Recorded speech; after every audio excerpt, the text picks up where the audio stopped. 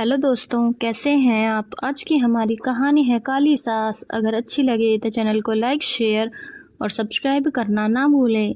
शांति जी का रंग काला था, लेकिन वह अपने बेटे मयंक के लिए गोरी बहू लाना चाहती थी, क्योंकि शांति जी ने अपने काले रंग को लेकर बचपन से ही बहुत से ताने सुने थे।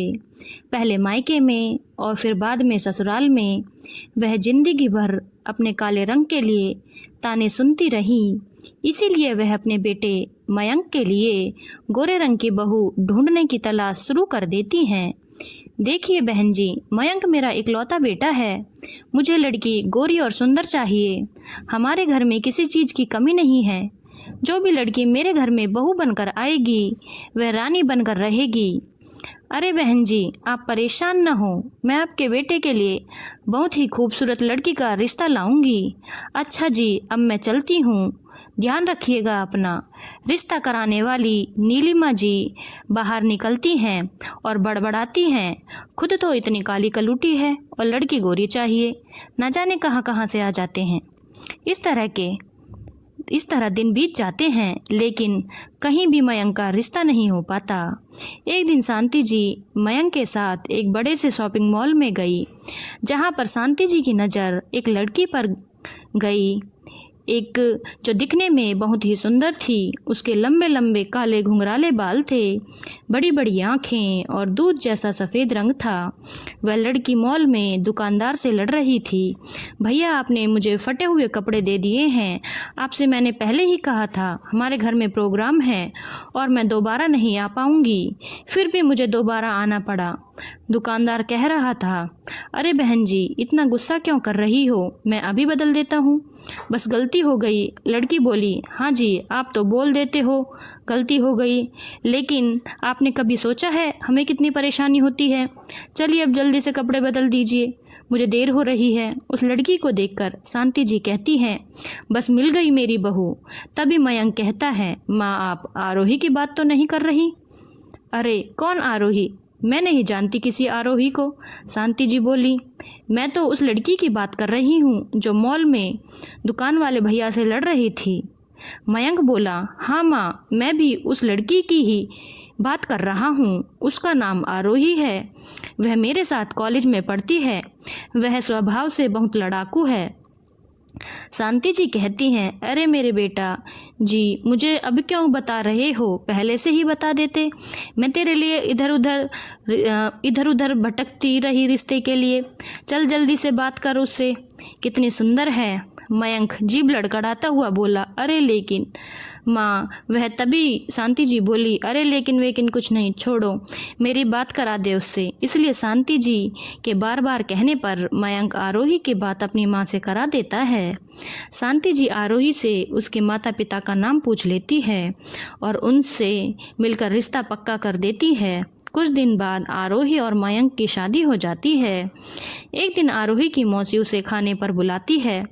आरोही अपनी सास से कहती है, माँ जी, मेरी मौसी का फ़ोन आया था, उन्होंने मुझे और मयंक को खाने पर बुलाया है, लेकिन मयंक तो जाने के लिए मना कर रहे हैं। उनकी मीटिंग है किसी क्लाइंट के साथ, आप चलिए ना मेरे साथ। शांति जी बोली, अरे बहू, मुझे थोड़ी ना बुलाया है, तेरी मौसी ने तुझे बुलाया है, तू चली जा। नहीं माँ जी, आप मेरे साथ चलोगी तो ही मैं जाऊंगी, नहीं तो मैं भी नहीं जाऊंगी।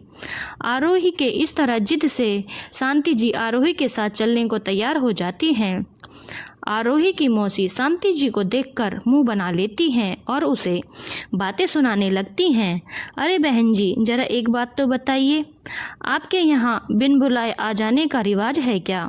शांति जी आरोही की मौसी का मतलब समझ जाती हैं और बड़े प्यार से कहती हैं, नहीं बहन जी, ऐसा तो नहीं है, वह बहू ने जिद की इसीलिए आने को तैयार हो गई, नहीं तो मैं मना कर रही थी। तभी आरोही की मौसी बोली, अरे बहन जी, आरोही तो बच्ची है, आपको तो समझना चाहिए था, मैंने आरोही और मयंक को खाने पर बुलाया था। तभी आरोही की मौसी आरोही के पास जाती है और कहती है, आरोही, मैंने तुझे और मयंक को साथ में बुलाया था, यह अपनी कोयले जैसी सास को लेकर क्यों आ गई। तुझे पता है ना, सभी रिश्तेदार तेरी सास का कितना मजाक उड़ाते हैं। तभी आरोही को गुस्सा आ जाता है और आरोही बोली, मौसी जी, आप मेरी सास के बारे में तमीज़ से बात करिए। आपको उनके बारे में इस तरह से बात नहीं करनी चाहिए। आरोही की मौसी मुंह बनाते हुए बोली, अरे तो कैसे बात करूं, तू ही बता दे। तू तो ऐसे बिगड़ रही है जैसे तेरी सास ना हुई तेरी माँ है। अगर वह काली है तो उसे काली ही कहेंगे ना, मैं काली को गोरी तो नहीं कह सकती। आरोही बोली, मौसी जी, माँ जी मेरी सास हैं, लेकिन वह मुझे बेटी की तरह प्यार करती हैं और यह काले गोरे से कुछ नहीं होता। आप भी तो कितनी गोरी हैं और आप अपनी बहू को कितना परेशान करती हैं। बेचारी आपके डर की वजह से अपने मायके में ही पड़ी रहती है। आरोही ने अपनी मौसी को खूब सुनाया और अपनी सास को वहां से लेकर आ गई। जब वे दोनों अपने घर जा रही थी तो उनकी पड़ोस ने उन्हें देखकर आपस में बात करने लगी, वह देखो दिन और रात साथ चल रहे हैं। सच कह रही है तू, शांति जी कितनी काली हैं और बहू देख कितनी गोरी लाई हैं कि साथ में चलता है तो ऐसे लगता है दिन और रात एक साथ हैं। उनकी बातें शांति जी और आरोही सुन लेती हैं। तभी आरोही उन दोनों औरतों से लड़ने जा रही होती है।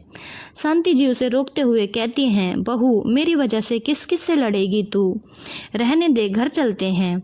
आरोही कहती है, लेकिन माँ, मेरे सामने आपके बारे में कोई इस तरह से बोले मैं बर्दाश्त नहीं कर सकती, आप रुकिए, मैं अभी इन दोनों को सबक सिखाकर आती हूँ। आरोही का गुस्सा 7वें आसमान पर पहुँच जाता है। वे दोनों पड़ोसनों के पास जाती है और कहती है, आंटी जी क्या बोल रही थी आप हमारे बारे में, मैं दिन और रात साथ में चल रहे हैं। आप अपने आप को तो देखो आंटी जी, दोनों खा खा कर बुलडोजर हुए जा रही हो। आपका शरीर इतना विशाल है कि सूरज के सामने खड़ी हो जाओ ना तो धरती पर कभी दिन ही ना हो। दोनों पड़ोसन बोली, अरे यह शांति जी की बहू कैसे बातें कर रही है, मैंने ऐसा क्या कह दिया। आरोही बोली, आंटी जी मेरी सास के बारे में आगे से कुछ उल्टा सीधा बोला तो मैं आप दोनों को ट्रक के आगे फेंक दूंगी, समझी। आप दोनों पड़ोसन से आरोही की बहुत लड़ाई होती है। शांति जी आरोही को ज़बरदस्ती घर में ले जाती हैं। बस कर बहू, किस किस से लड़ेगी मेरे लिए, मुझे तो यह सब सुनने की आदत है। आरोही बोली, नहीं माँ, यह लोग जब तक 4 बातें नहीं सुनेंगे मानेंगे नहीं। शांति जी बोली, बहू यह दुनिया ऐसी ही है, यहाँ के लोग सिर्फ रंग देखते हैं, इंसान का दिल नहीं। बहू मैं सच्चाई स्वीकार कर ली हूँ और तुम भी स्वीकार कर लो। शांति जी आरोही को खूब समझाती हैं, लेकिन आरोही कहाँ मानने वाली थी। जब भी कोई शांति जी के रंग को लेकर मजाक बनाते तो आरोही उसके गले ही पड़ जाती। इस तरह कई दिन बीत गए और लोग आरोही और शांति जी के प्यार की मिसालें देने लगे।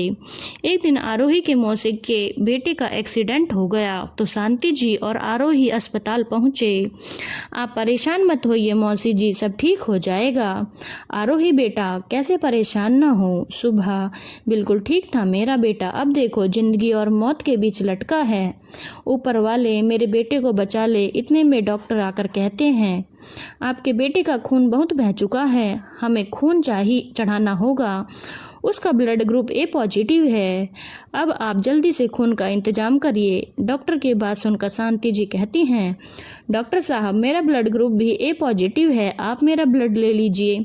आरोही बोली, लेकिन माँ आप कैसे दे सकती हो ब्लड, आपकी इतनी उम्र हो चली है। शांति जी कहती हैं, अरे बेटा मेरी उम्र इतनी भी नहीं हुई कि मैं किसी को खून ना दे पाऊँ।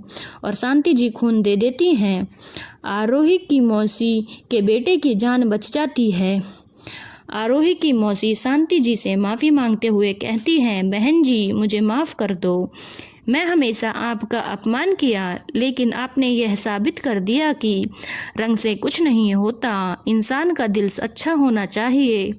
शांति जी कहती हैं, माफ़ी मत मांगिए बहन जी, मैं आपकी बात का कभी बुरा ही नहीं माना, वह तो आरोही थी जो भड़क गई थी, आप तो बस अपने बेटे का ख्याल रखिए। आरोही की मौसी ने शांति जी से माफ़ी मांगी तो आरोही को बहुत अच्छा लगा और दोनों घर वापस आ गए और प्यार से रहने लगे। धन्यवाद दोस्तों। अगर आप